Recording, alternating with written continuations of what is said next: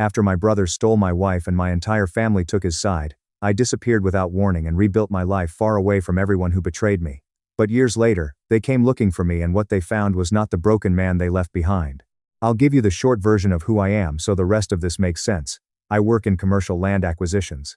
I broker deals between private developers, equity groups, and municipal bodies moving large parcels of land. It's slow, detailed work. It requires reading documents that other people find unbearable, catching clauses buried on page 11 that nobody else looked at, and being the calmest person in any room where serious money is changing hands. I've been doing it for 14 years. I am very good at it.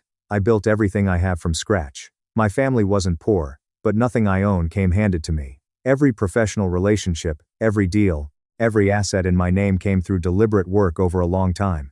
I say that not to impress you, but because it matters to what follows. I don't build things carelessly. That includes my marriage. My Sarah and I had been together 11 years, married for 6. She runs a boutique event styling business, high-end private parties, corporate launches, the kind of work that requires taste and relentlessness in equal measure. I seed funded it when she had the talent but not the capital. The business grew. I was proud of her. We had a home I designed and she had furnished, no kids yet by mutual agreement, and a life that felt chosen and solid.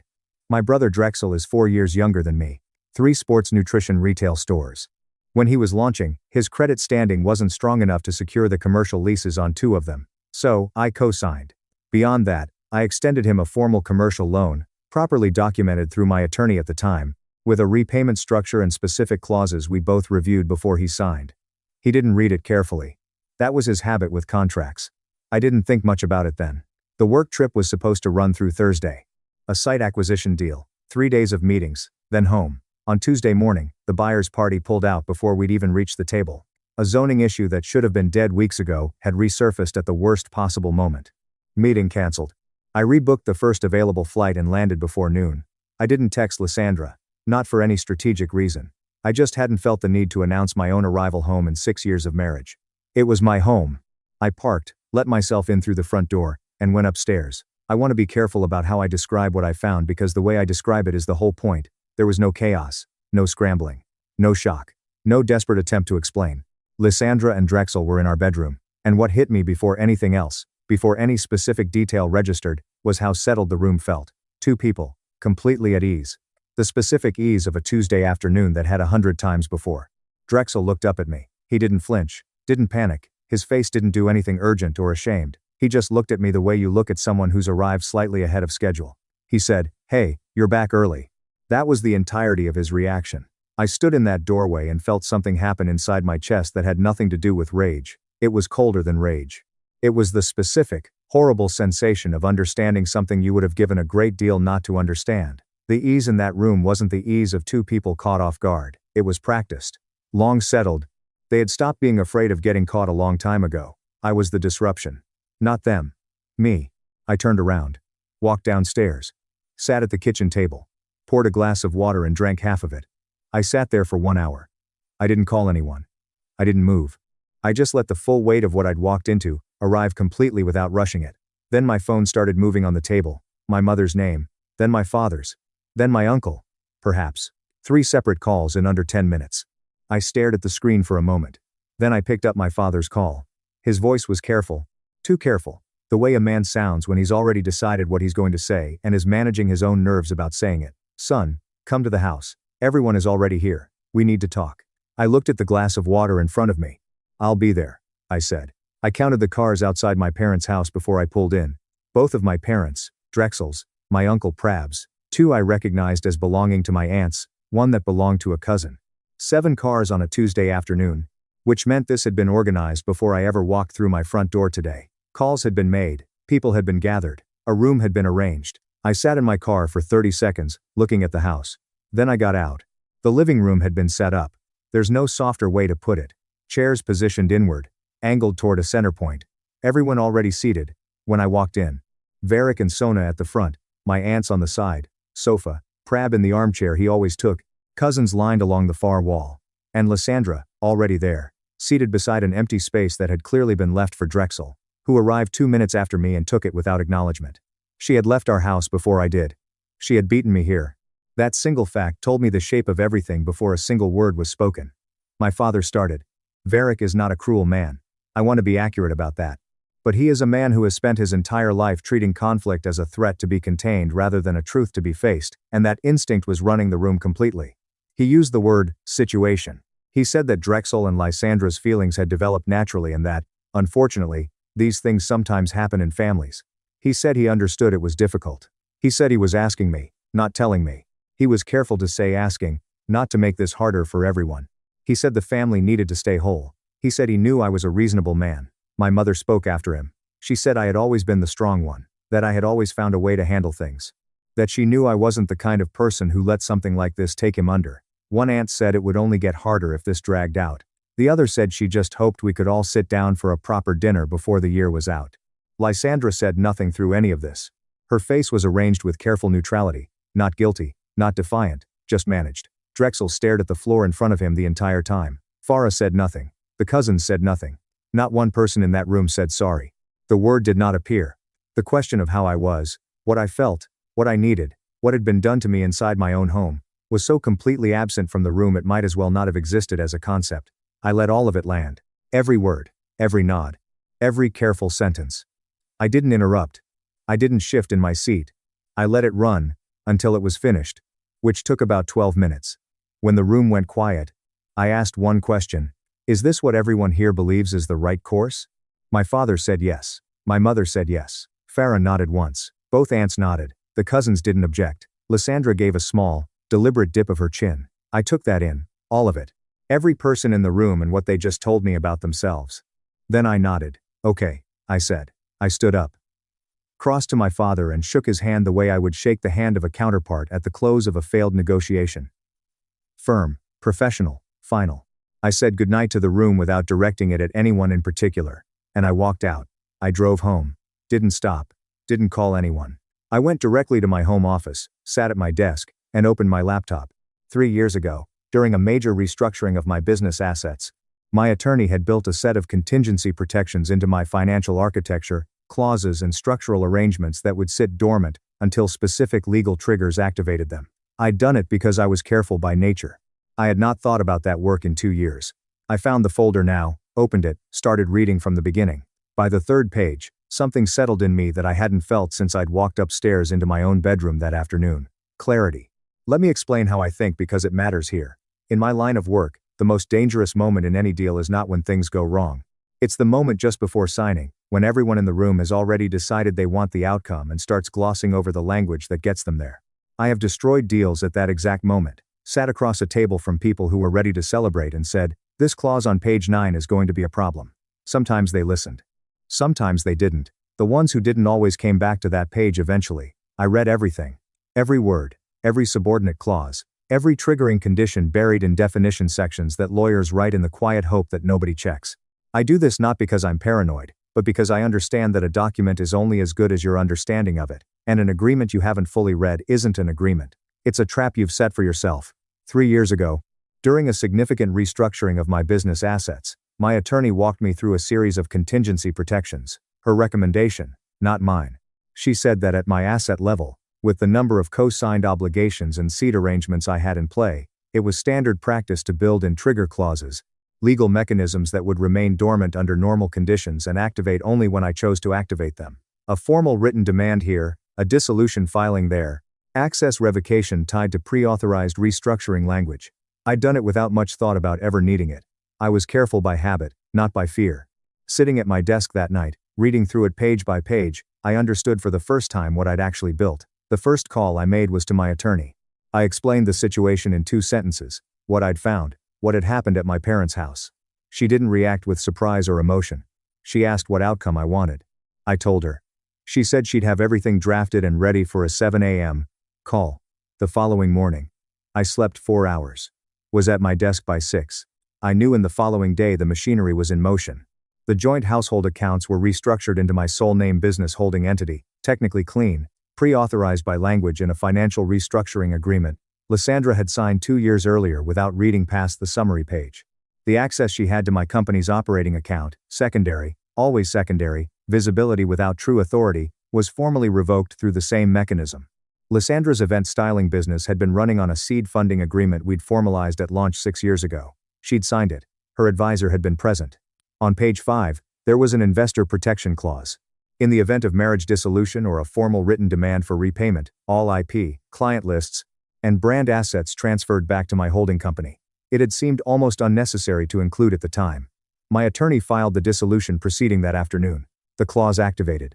Drexel's commercial loan was the simplest piece, a properly documented note with one very specific provision.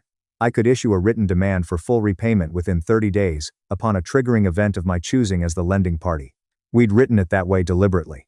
His people had reviewed it before he signed. They either hadn't caught the clause or hadn't explained it to him clearly enough for it to register. Either way, his signature was on it, and the demand notice was formally served to his registered business address the following morning.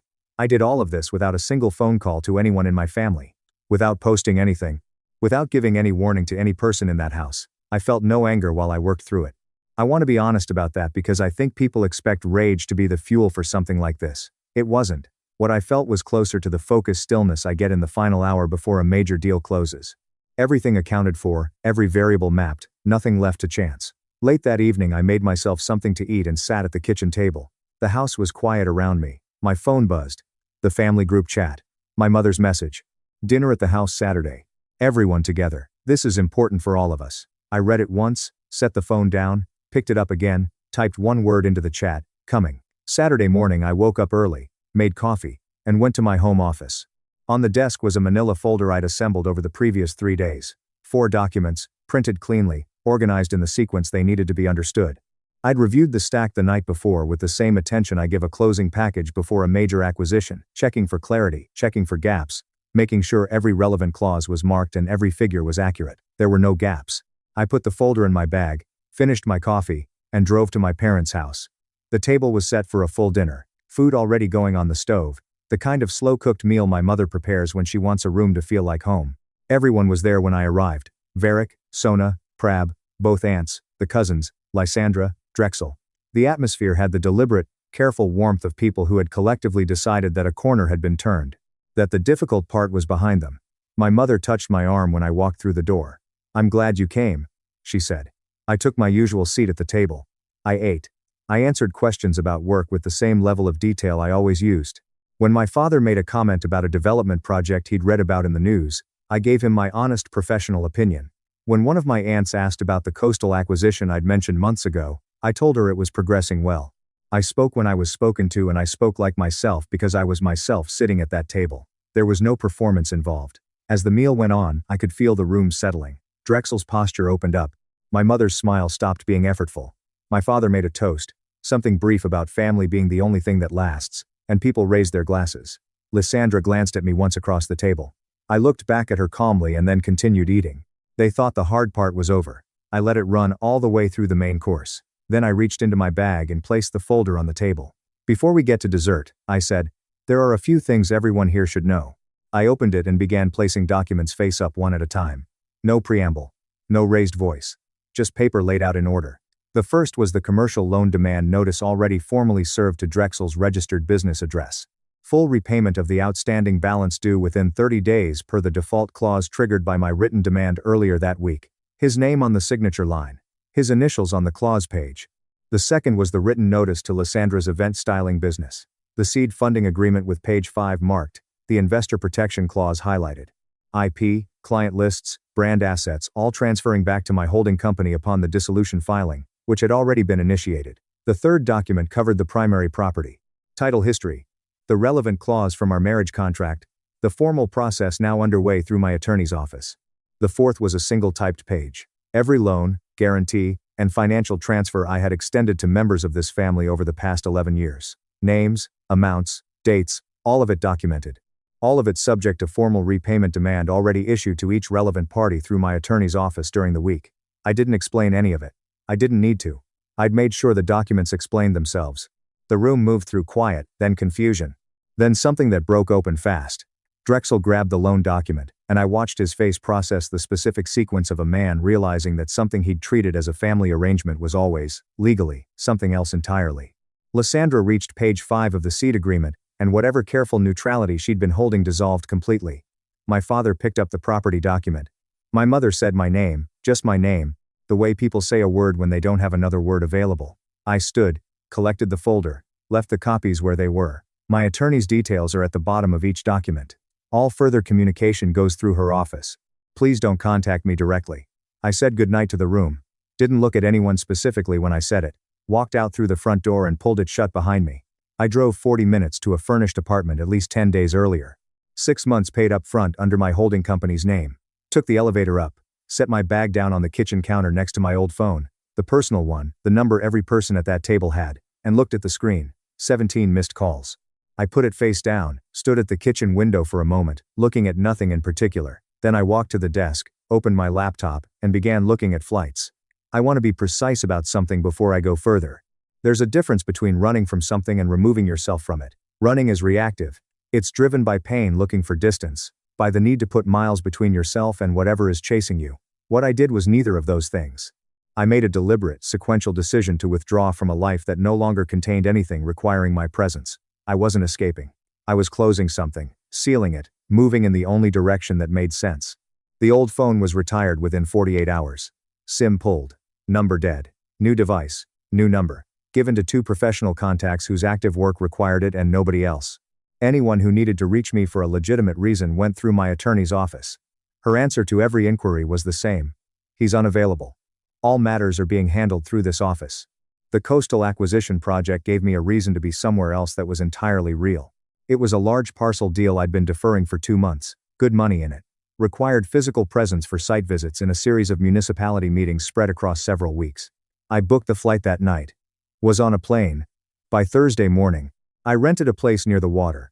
Small, clean, a decent desk and a functional kitchen, and nothing else I needed it to have. I set up my work there, and I worked. The first week was the most clarifying experience I'd had in years. I had expected some kind of gravitational pull, not regret exactly, but the weight of what I dismantled making itself felt. There was none of it. What I found instead was a quiet so complete it took me several days to recognize what it actually was. It wasn't emptiness. It was the absence of a noise I'd been living inside for so long I'd stopped hearing it as noise. It had just become the background condition of my life. I worked through the mornings. In the evenings I walked along the waterfront near the rented office space. I read. I cooked simple food in the apartment kitchen, and ate it without distraction. I slept 8 hours a night for the first time and longer than I could accurately measure. None of the solitude felt uncomfortable. It felt honest, like the correct proportion of space for a life that was still being figured out. I did not monitor what was happening back home. I want to say that plainly because I think it's the part people find hardest to believe. I didn't check. I didn't ask anyone to keep me informed.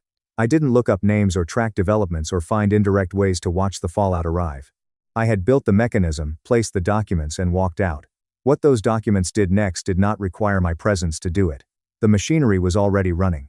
I had no interest in standing over it.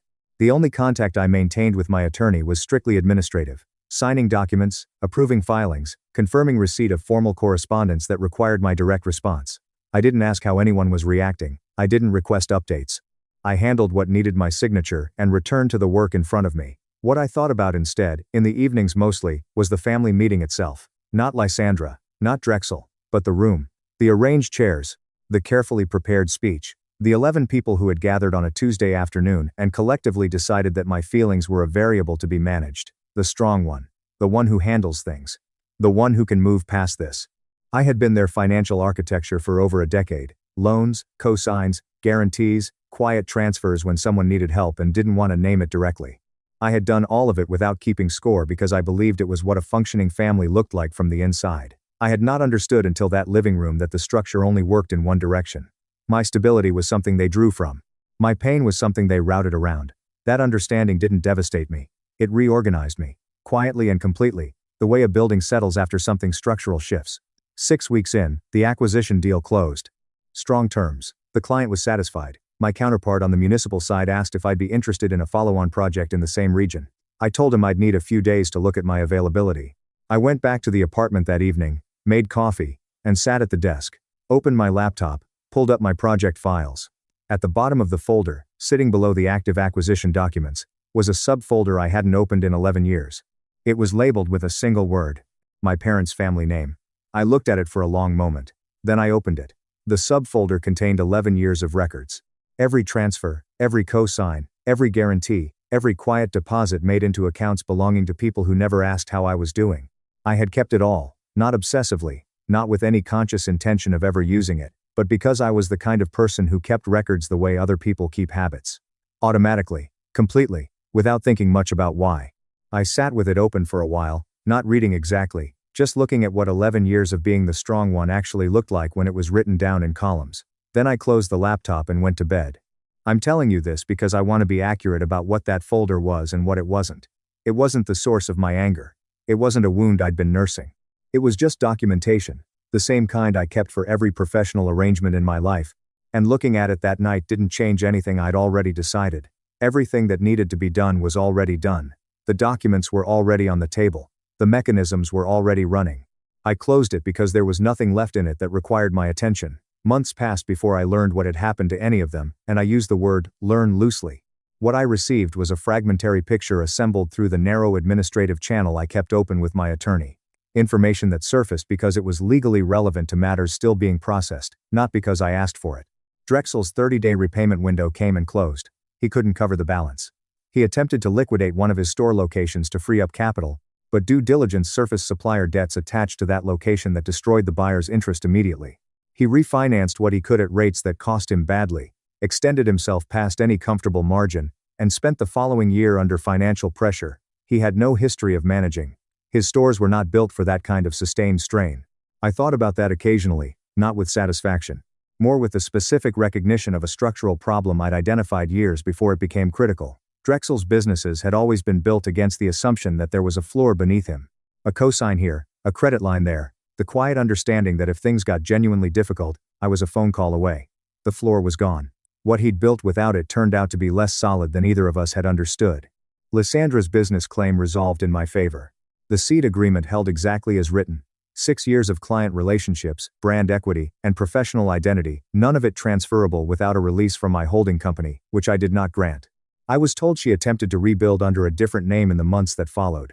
My attorney monitored briefly for IP violations. There were none, so I let it go entirely. I had no interest in pursuing her past the point where my legitimate interests were protected. That point had been reached. The financial calls into the broader family created fractures that I heard about only in outline. Some of the amounts were manageable, some weren't. But the documentation itself, the formal letters, the precise accounting of what had moved between us over a decade, forced a set of conversations that family had spent years carefully avoiding. People blamed Lysandra. People blamed Drexel. From what filtered through, Lysandra and Drexel, under the weight of everything collapsing around them at the same time, stopped being a comfort to each other fairly quickly. I responded to my parents once. A short letter, 3 paragraphs, transmitted through my attorney's office. I wrote it myself. I named what had happened, plainly, without embellishment.